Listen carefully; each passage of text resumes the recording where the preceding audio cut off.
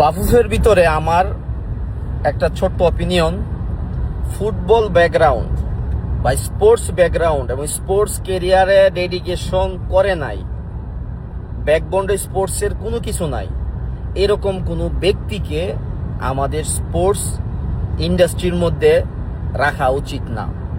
আর কোনো ব্যক্তি যদি একটার বেশি পদ থাকে, হইতে পারে একজন ফাইন্যান্স সেক্টরে আছে, মার্কেটিংয়ে আছে, আরেক জায়গায় আছে, একজন লজিস্টিকে আছে, আবার কোচে আছে, 3-4 জায়গার মধ্যে একজন একটা পদ থাকবে এবং তাকে আমরা বেস্টলি অনার বাংলাদেশ গভর্নমেন্ট বলেন বা সেটাকে প্রাইভেটলি বলেন সিকিউর করতে হবে, সেজন্য প্রপারলি কাজ করতে পারে ভালো একটা সম্মানী সহকারে।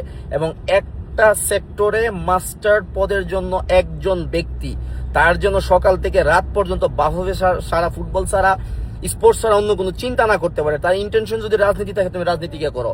তার ইন্টেনশন যদি তাকে বিজনেস করার, সে বিজনেস করে গিয়া। তার ইন্টেনশন যদি থাকে সে